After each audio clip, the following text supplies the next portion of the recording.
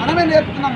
అలాంటి విధానాన్ని ఈరోజు 1994లో ఏర్పాటు చేసినటువంటి చెరుకు సుధాకర్ ఆధ్వర్యంలో ఏర్పాటు చేసిన తెలంగాణ ఉద్యమం యొక్క అట్లనే చనిపోకుంటూ బతుకుంటూ ఉద్యమం రాష్ట్రం సాధించడం దాకా వచ్చినాం. కానీ ఈరోజు చేయాల్సింది రాష్ట్రం ఎవరి కోసం భౌగోళిక తెలంగాణలో ఒక దొరలు అయిపోయినరు, ఇప్పుడు రెట్లు స్టార్ట్ అయినరు. నెక్స్ట్ రాబోయేది బహుజనులదే. మనమంతా కూడా చైతన్యం కావాలి.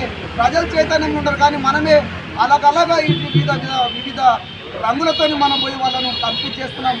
ఏకంగా పోవాలని చెప్పి ఇక్కడ ఉన్నటువంటి మిత్రులందరికీ విజ్ఞప్తి చేస్తూ, పండుగ సాయన్న ఒక గొప్పతనం కాసాని గారు ఒక 3 గంటలు చెప్పిండు. మొన్న మాకు 3 గంటల టైం చెప్పిండు. ఏం చేసినా చైతన్యం అయితలేదు బిడ్డ, ఏం చేస్తే బాగుంటుంది అంటే మేము ఉద్యమం చేసే ధర సాయన్న గారు పుట్టినారనే ఉద్దేశంతో ఆ రోజు డేటు స్పష్టంగా లేని సందర్భంగా ఏదైతే మొహరం ఉందో అదే రోజు ఈ యొక్క జయంతి వేడుకలు జరుపుకుంటా ఉన్నాం. ప్రతి సంవత్సరం కూడా ఈ యొక్క జయంతి వేడుకలు జరుపుతూ ఉన్నాం.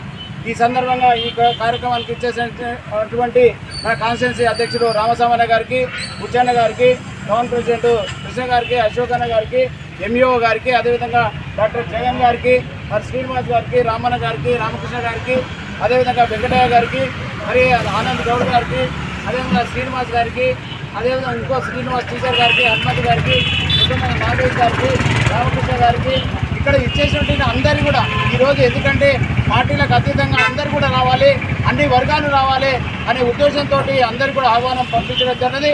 ఈ సందర్భంగా ఇచ్చేసినటువంటి మిత్రులకు ప్రత్యేకంగా ధన్యవాదాలు తెలియజేస్తూ, ఏదైతే పండుగల సాయన్న నిజంగా కూడా పేదవారి గురించి, ఎవరైతే అందం లేదో వాళ్ళ గురించి పోరాడినటువంటి వ్యక్తి, ఎక్కడైతే ధనికులు ఉన్నారో, భూస్వాములు ఉన్నారో, పెత్తందారులు ఉన్నారో వాళ్ళందరి నుంచి మరి ఎదిరించి పోరాడి అక్కడ ఉన్నటువంటి ధనాన్ని కానీ, లేకపోతే అక్కడ ఉన్నటువంటి ఏదైతే వడ్లు కానీ, బియ్యం కానీ, పండ్లు కానీ, కూరగాయలు కానీ అవన్నీ కూడా అక్కడి నుంచి తీసుకెళ్ళి మరి పేదవారికి పంచిపెట్టి పండుగగా చేసేవారు.